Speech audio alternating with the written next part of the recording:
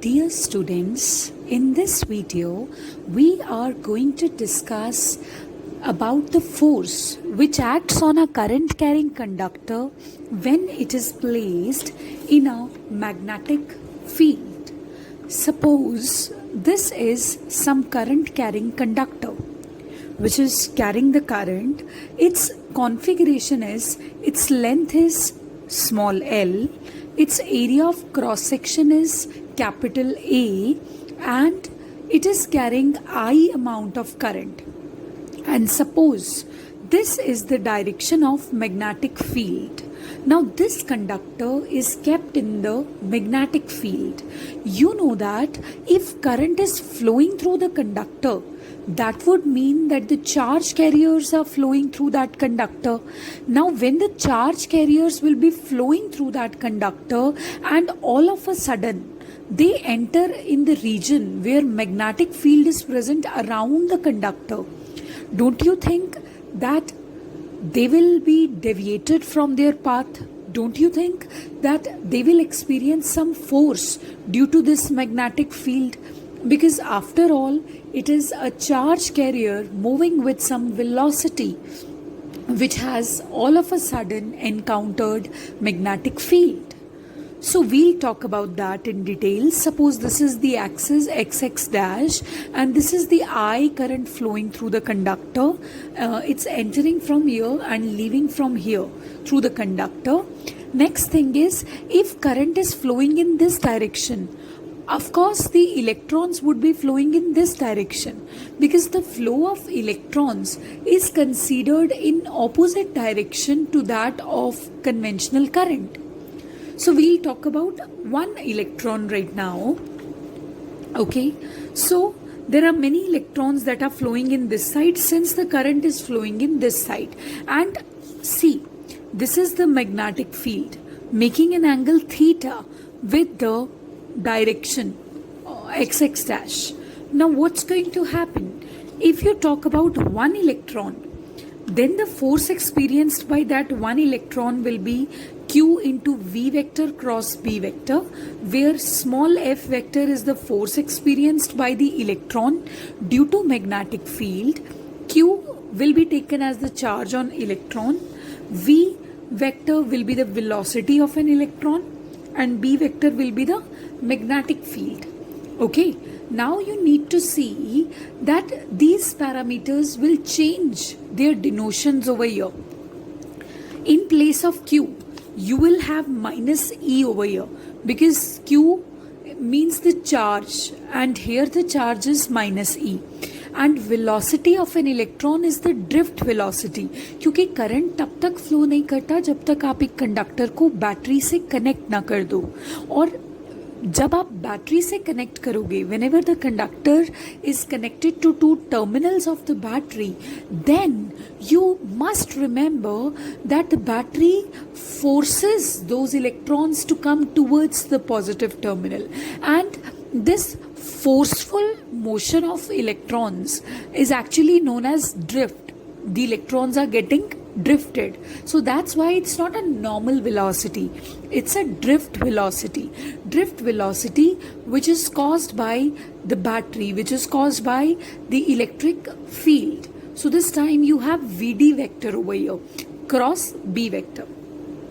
But again, I'll say the same thing, that this is the force on one electron. What about all the other electrons? So suppose that small n is the number density of this conductor. Number density means total number of electrons that are present inside the conductor divided by the volume of the conductor. So small n is number of free electrons per unit volume. Now talking about volume, volume will be equal to area of cross section into length, because we know that if I have a cylinder over here, area of cross section is the area of circle, which is pi r square, and the length here is simply the height of the cylinder because it's kept horizontally. So let us suppose this is h, pi r square h. Don't you think when you multiplied area with this length, you're going to get the volume of the cylinder. So every time, it's not only about cylinder, every time when you multiply area of cross section of a 3D figure with its length, you're going to get the entire volume. Okay, so this becomes volume as area into length. So how many total number of free electrons are there? Take this to the other side, NaL, small NaL. So what will be the total force? This force is the force experienced by one electron, isn't it? So what will be the total force? That will be equal to total number of electrons multiplied by force experienced by one electron. So total F vector will be equal to number of electrons, which is actually equal to NaL multiplied by force experienced by one electron. Now talking about this, you know that this small f vector is given by this stuff, so that's why I have substituted it. Now we'll see what happens next. Now this is the value of total force. Okay, now you know that current is given by NeAVD. Current has a relation with drift velocity given by NeAVD. If you multiply L on both sides, you're going to get this. Now you know that IL vector means current element. Okay, so IL vector actually denotes the direction of flow of charge carriers. So after that, you know that IL vector will be when you will take the vector signs on both the sides, then negative sign will come. Why? Because electrons का drift velocity अलग direction में, current अलग direction में flow हो रहा है. Electrons का drift velocity I have shown with green colour, like it's drifting here. Electrons are drifting in this direction, but current is flowing in this direction. So this is the direction of drift velocity and this is the direction of current flowing. Okay, so that's why they are related by negative sign, these two vector quantities, as they have opposite direction. Now one more thing. Now when you have got the value of IL vector as this, can you see that this cross product minus NaLe vector cross B vector, this whole stuff is substituted as IL vector, cross remains as it is, B vector remains as it is. So you have got the force in terms of current.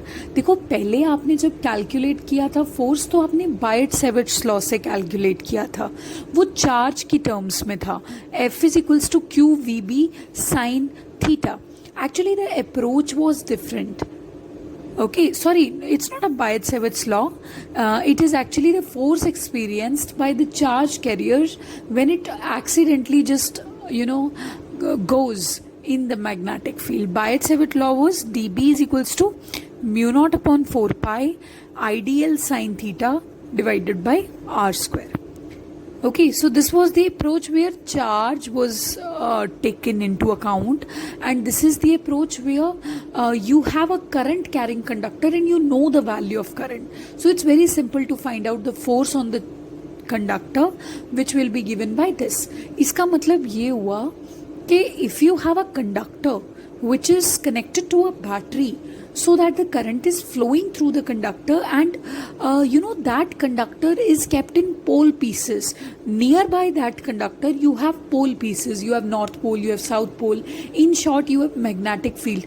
तो conductor tilt करने लग जाएगा, conductor will start moving because it is experiencing a force. Since one electron in the conductor is experiencing a force, and that's how all the other electrons will also be experiencing the force. So the entire content inside the conductor will begin to rotate, will begin to move as it is experiencing a force, and force means mass into acceleration. So this is the literal meaning of that. Okay, remove this vector sign from here, and when you talk about magnitude, it will be ILB sin theta, where theta refers to the angle between IL vector cross B vector. Remember that current is not a vector quantity, but when it is associated with L, it becomes vector. Next is we have special cases. Suppose theta is equals to 0 degree or 180 degree. So that means theta 0 degree or 180 degree होने का मतलब क्या है? कि B vector और I L vector के बीच में 0 degree का एंगल है, यानी लीनियर कंडक्टर को उसी डायरेक्शन में रख दिया गया है जिस डायरेक्शन में मैग्नेटिक फील्ड है. So this is the literal meaning of that. Okay, so in that case what is going to happen, sine 0 degree or sine 180 degree will give you zero force, which means whenever a charged whenever a current carrying conductor is kept in a magnetic field such that the axis of that conductor is same as the direction of magnetic field, in that case the conductor is not at all going to experience any force. Yeah, that's true. So case number 2, we know that the maximum value of force will occur when sine theta is actually sine 90 degree. Okay, so when theta is equal to 90 degree, you have force equals to ILB sine 90 degree, which means simply ILB, which is actually the maximum force. Yeah, that's true. So whenever the conductor is held perpendicularly, like if the magnetic field is perpendicular to the axis of the conductor and the current is flowing along this axis, in that case what you're going to observe that the force experienced by the conductor is maximum, is quite larger. Okay, so this is the derivation where we calculate force on a current carrying conductor placed in a magnetic field. Thank you.